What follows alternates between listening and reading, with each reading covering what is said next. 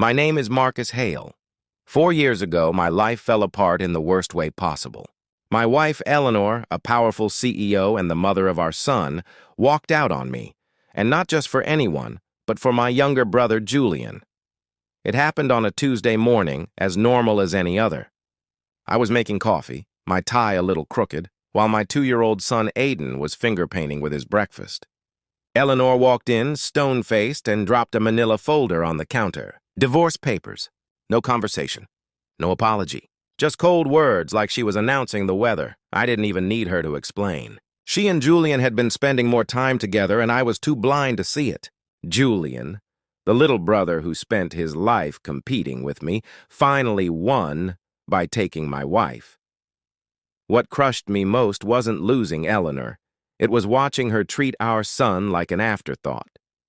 When I asked about Aiden, she just said, "Children are resilient," like he was a plant that could survive with a little sunlight and water.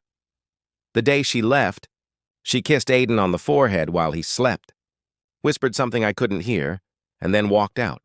No goodbye, just gone. That was the last time my son saw her for years. Becoming a single father life after that was brutal. I had no idea how to be both mom and dad. Diapers were disasters. Mealtime was chaos. Aiden would throw fits over how his toast was cut or refuse food he loved the day before. Nights were even worse. He'd wake up crying for his mom, and I'd stumble in half asleep, holding him until he finally calmed down. But through trial and error, we figured it out. I learned to braid his hair from YouTube. I learned bedtime stories worked better with silly voices. Slowly, Aiden stopped asking for Eleanor. Instead, he started calling me Daddy Mama. That's when I realized we were going to be okay. I had help, too. Mrs. Turner, my elderly neighbor, became like family. She showed up with casseroles, taught me how to set routines, and reminded me that what kids remember isn't money or vacations. It's who stays. Meeting Serena 2 years later, at a local community fair, Aiden wandered off into the Business Expo tent. I panicked, but when I found him, he was sitting with a woman who had helped tie his shoes and was showing him a touchscreen demo. That woman was Serena Clark. I didn't realize it at first, but Serena was Eleanor's biggest business rival. Unlike Eleanor, though, Serena was warm and grounded. She asked permission before giving Aiden a cookie, listened to his chatter, and treated him like he mattered. That was the start of something I didn't see coming. Serena began visiting, sometimes with cookies, sometimes with educational games. She became a part of our lives naturally. She wasn't trying to replace anyone, but Aiden started calling her mom on his own. And honestly, she earned it. She was there through everything: school plays, late-night fevers, teaching him to ride a bike. The gala confrontation. 4 years after Eleanor left, Serena invited me and Aiden to a charity gala. Aiden, now 6, wore his little suit and bow tie, looking like James Bond. Serena was radiant. Everything was going well until Eleanor showed up, with Julian at her side. When Eleanor spotted us, her eyes locked not on me, but on Aiden. She hadn't seen him since he was 2, and now he was a little boy, a miniature version of her. Then Aiden tugged on Serena's sleeve and said, clear as day, "Mom, can I have some cake?" The word mom echoed across the room. Eleanor froze. Her perfect CEO mask cracked.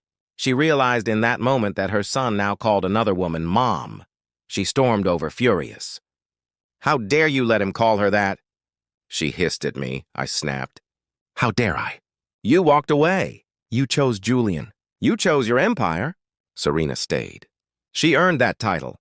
Eleanor's rage turned into tears. She realized too late what she had lost. The custody battle 3 days later, I was served with custody papers. Eleanor's lawyers painted her as a successful mother ready to return. She had money, a big house, resources, everything but a relationship with her son. My defense was simple: consistency. I raised Aiden. Serena and I gave him stability, love, and a home. The testimony from teachers, neighbors, and even the court-appointed child psychologist showed one thing: Aiden was thriving.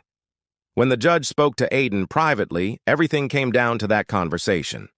Later, the judge ruled that custody would remain with me. Eleanor got visitation rights, but she wasn't his primary parent anymore. Goodbye to Eleanor weeks later, Eleanor showed up at Aiden's school. She wasn't trying to take him, just standing at the fence, crying as she watched him play. She admitted to me she panicked when she saw him call Serena Mom. She wanted to fix things but knew she couldn't. I allowed her one proper goodbye. She told Aiden she was moving far away for work, but would always love him. He just nodded and asked if Daddy and Mom Serena would still be there. When she said yes, he smiled and moved on. That was it. No tears, no drama, just closure. A new family months later, Serena and I got married in a small backyard ceremony. Aiden was both ring bearer and best man. During the vows, Serena knelt down and promised to love him always, even when he was grouchy. He called her Mom out loud at the wedding, and there wasn't a dry eye in sight. Julian never showed up. Eleanor sent a children's book as a gift, signed simply, "For Aiden, with love." We kept it for him. Now, years later, our life is simple but full. Saturday mornings mean kite flying in the yard, grass-stained clothes, and laughter. Serena isn't just Mom in name. She's earned it in every way. Eleanor will never know these moments.